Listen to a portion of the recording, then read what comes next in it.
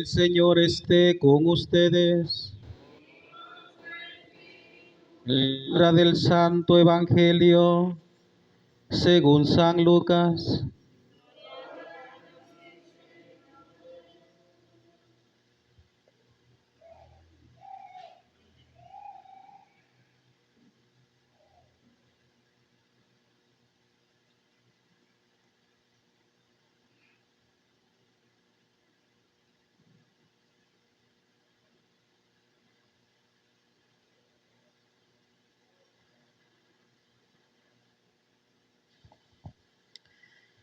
Un día Jesús estaba orando y cuando terminó, uno de sus discípulos le dijo: Señor, enséñanos a orar como Juan enseñó a sus discípulos. Entonces Jesús les dijo: cuando oren, digan: Padre, santificado sea tu nombre, venga tu reino. Danos hoy nuestro pan de cada día y perdona nuestras ofensas, puesto que también nosotros perdonamos a todo aquel que nos ofende, y no nos dejes caer en tentación. También les dijo: supongan que alguno de ustedes tiene un amigo que viene a medianoche a decirle: préstame por favor 3 panes, pues un amigo mío ha venido de viaje y no tengo nada que ofrecerle. Pero él le responde desde dentro: no me molestes, no puedo levantarme a dártelos porque la puerta ya está cerrada y mis hijos y yo estamos acostados. Si el otro sigue tocando, yo les aseguro que aunque no se levante a dárselos por ser su amigo, sin embargo por su molesta insistencia sí se levantará y le dará cuanto necesite. Así también les digo a ustedes: pidan y se les dará, busquen y encontrarán, toquen y se les abrirá, porque quien pide recibe, quien busca encuentra, y al que toca se le abre. ¿Habrá entre ustedes algún padre que cuando su hijo le pida pan le dé una piedra? ¿O cuando le pida pescado le dé una víbora? ¿O cuando le pida huevo le dé un alacrán? Pues si ustedes, que son malos, saben dar cosas buenas a sus hijos, ¿cuánto más el Padre Celestial dará el Espíritu Santo a quien se lo pida? Palabra del Señor.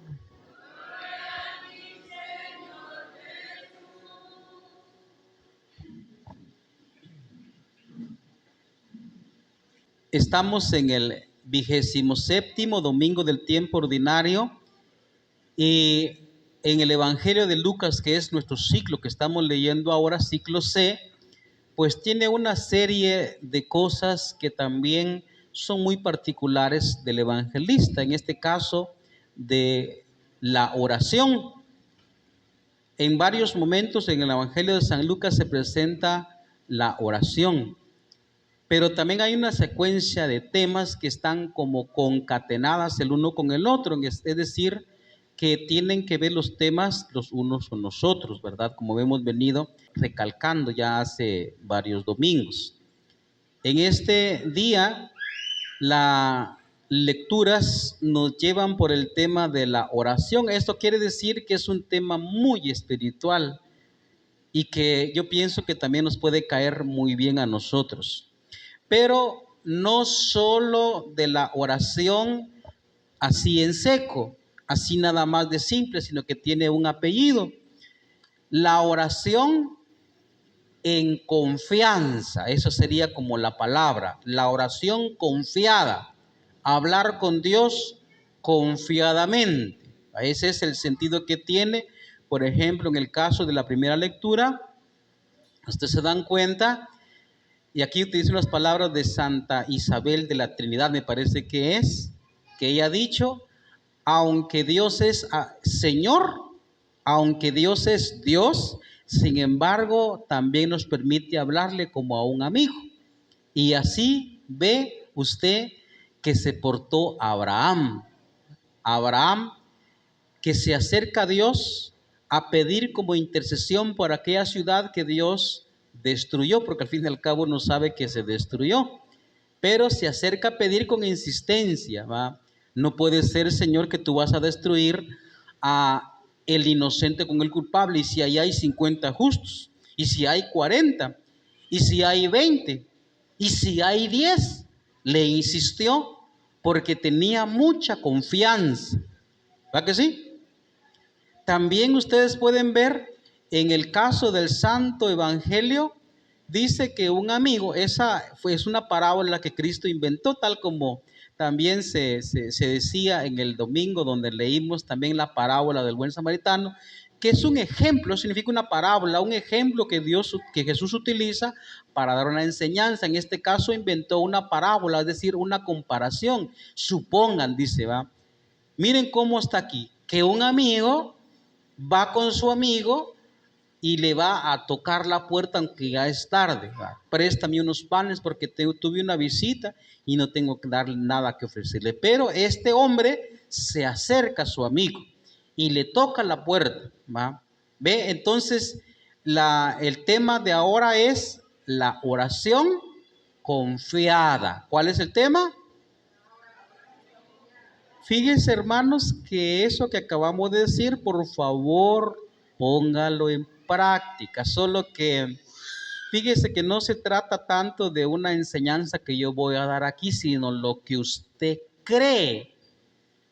Porque como dijo también el famoso poeta Ortega y Gasset, nosotros tenemos ideas, pero vivimos en la creencia.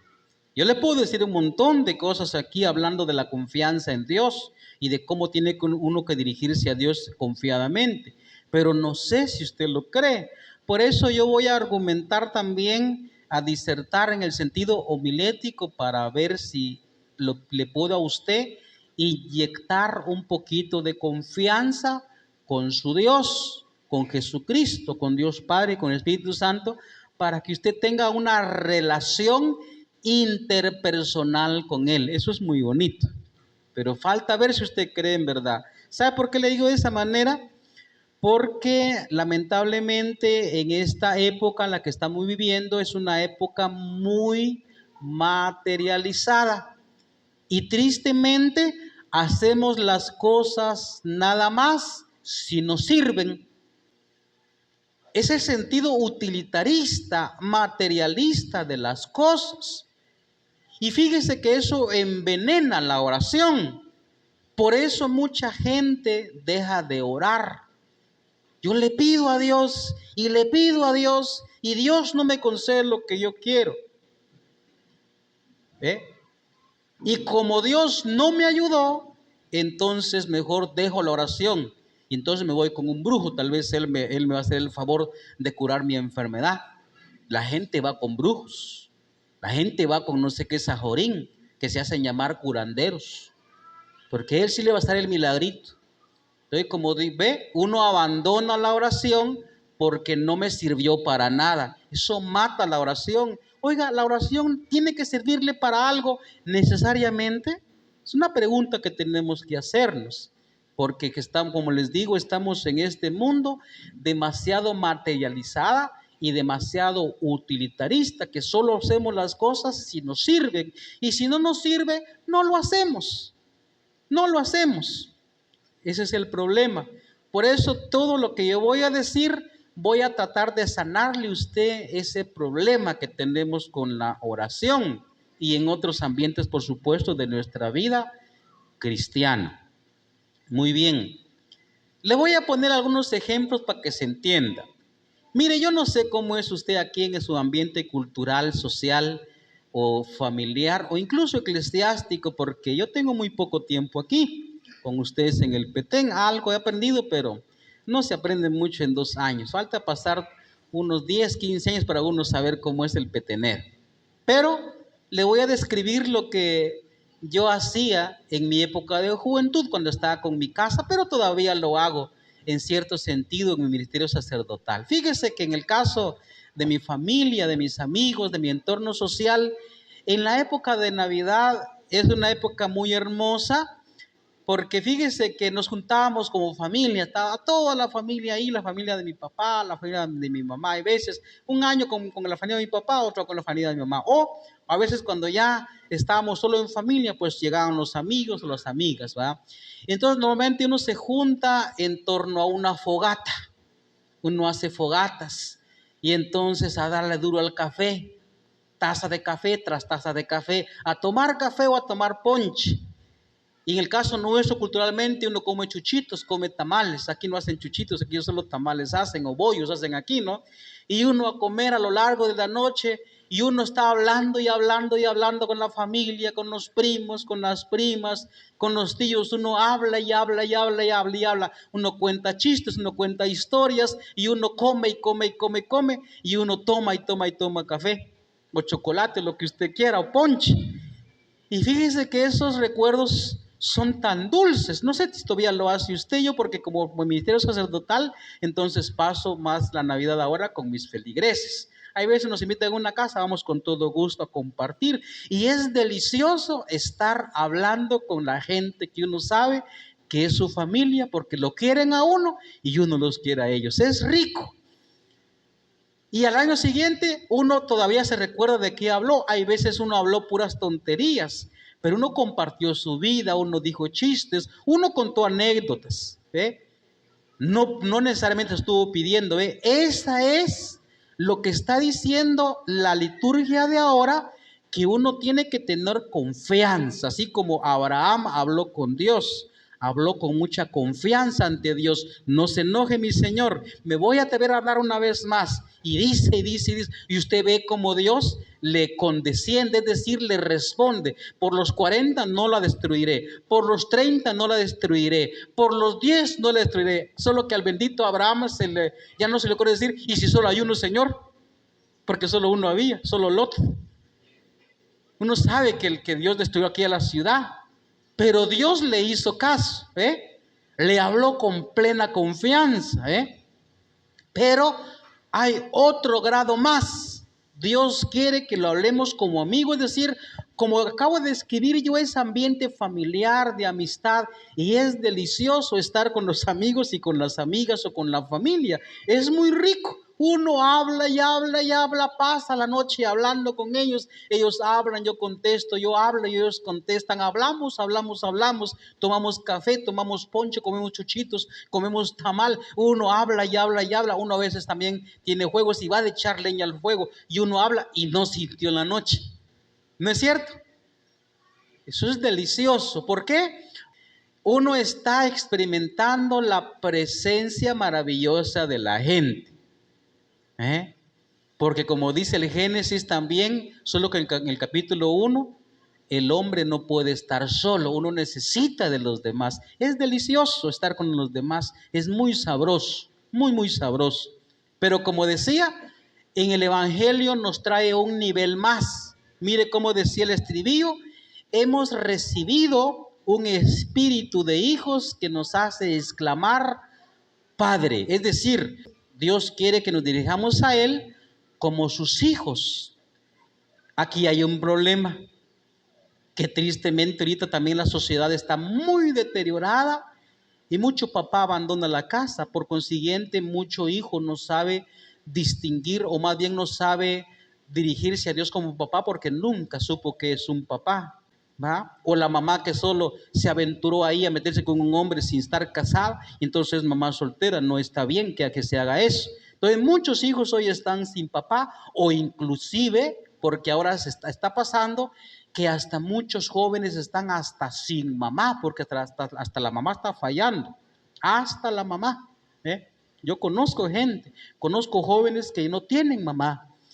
Y esa es una de las razones por qué también a nosotros nos cuesta hoy mucho dirigirnos a Dios como papá verdadero, o como mamá también, padre, pero si Dios es hombre. No, Dios no es hombre ni mujer.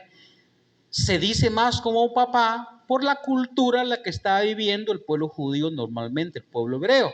Porque en una ocasión, en el capítulo número 66 del libro de Isaías, Dios se dirige a sí mismo como mamá, como una madre, toma en brazos a sus criaturas, así los consolaré yo, ¿eh?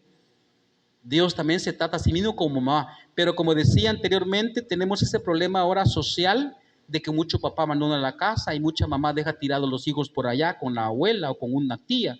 Y entonces mucho hijo no tiene mamá y no tiene papá. Y en ese sentido es que también a nosotros nos cuesta como hoy mucho tener confianza en Dios como un verdadero padre o como una verdadera madre. Pero ya se dio cuenta que hay una cuestión aquí muy importante, que se trata de que usted tenga una relación con Dios de una manera interpersonal, de tú a tú. Es que lo digo de esa manera porque hay un veneno también que está en nuestra cultura, o más bien en nuestra fe, que lastimosamente nuestra fe está envenenada con una mentalidad que se llama de la New Age, de la nueva era. Es toda una corriente de pensamientos filosóficos y religiosos que no son de aquí, son orientales. Y entonces a veces hay gente que tiende a pensar a Dios como una energía. Como dice la gente, aquí hay malas vibras, dice la gente. ¿Ah? Y entonces piensa en Dios como una especie de energía.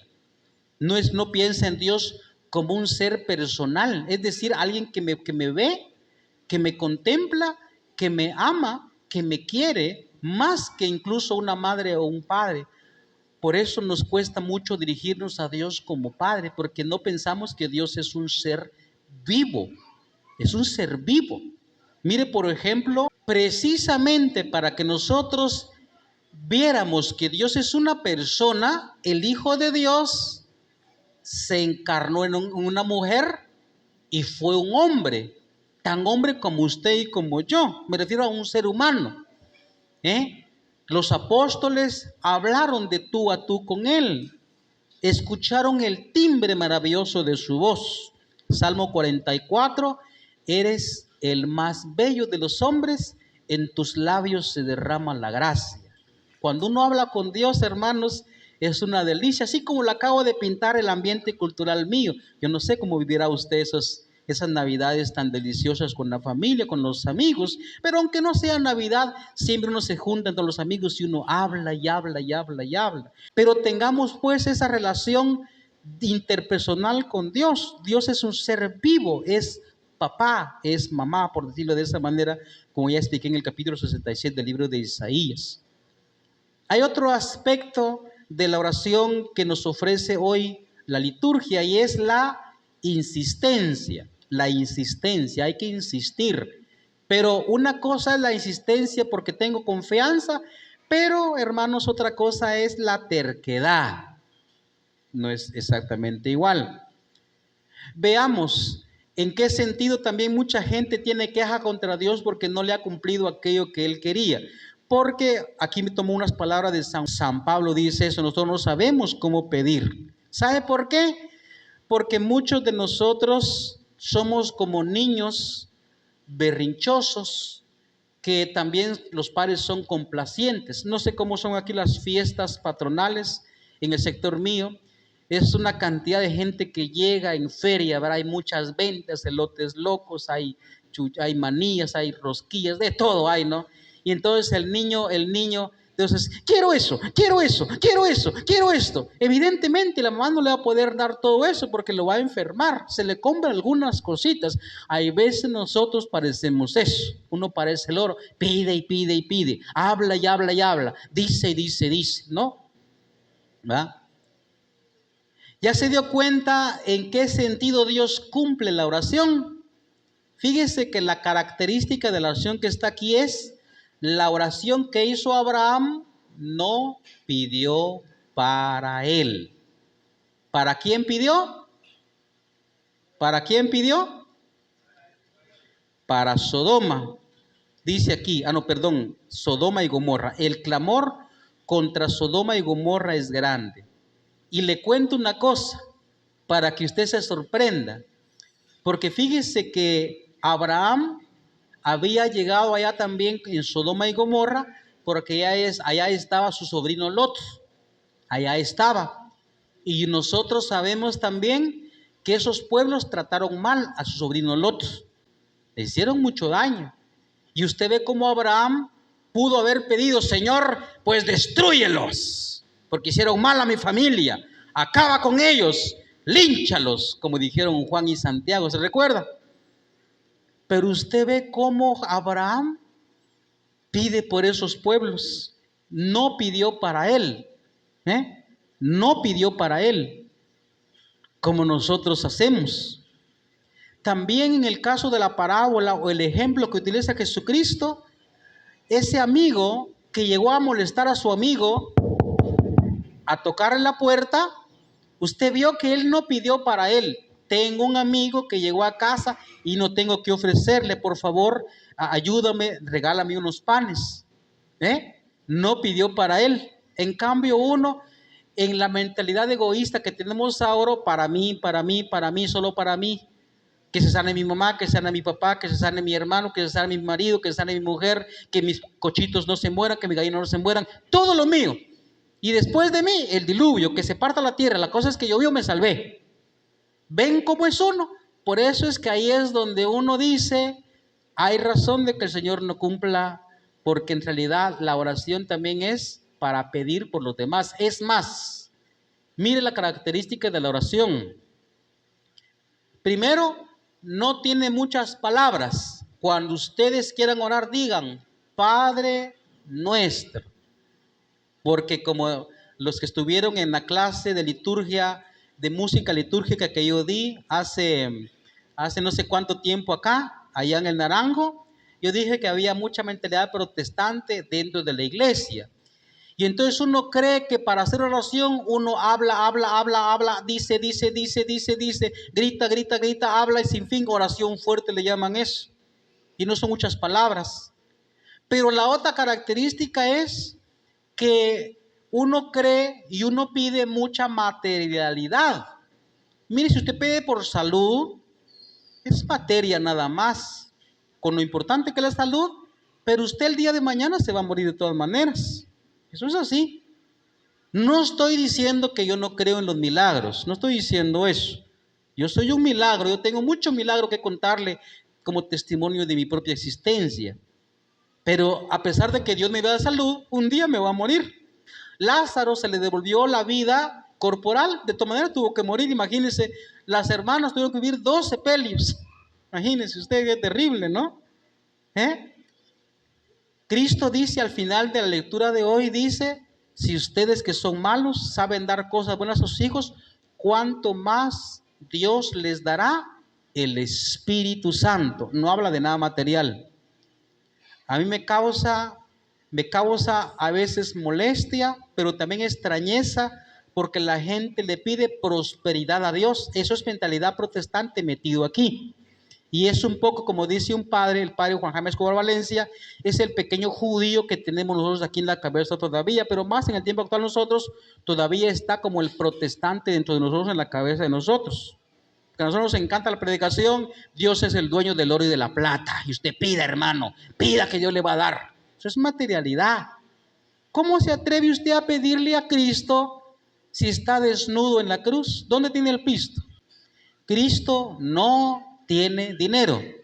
El dinero lo inventamos nosotros. No le pida pisto a Dios. Es más, le voy a decir una cosa que se va a espantar, hasta tal vez se va a enojar conmigo. ¿Sabe quién da dinero? El diablo es el que da dinero. El diablo sí ofrece dinero. Y se lo digo porque a mí me lo ha ofrecido. ¿Querés dinero? Te doy todo lo que querrás. Pero me ofrece dinero. El diablo sí da dinero. Dios no da dinero. ¿Sabe por qué le da dinero al demonio? Porque cuando la gente tiene dinero, la gente se pelea por la plata, causa división. En cambio, el Señor nos promete, no digo algo, sino alguien. ¿Cuánto más Dios les dará? El Espíritu Santo. Es decir, como decía el estribillo de la lectura, nos da un espíritu de hijo. Es decir, que usted sienta amor por Dios, por su Padre Dios. Usted tenga la capacidad de sentir amor.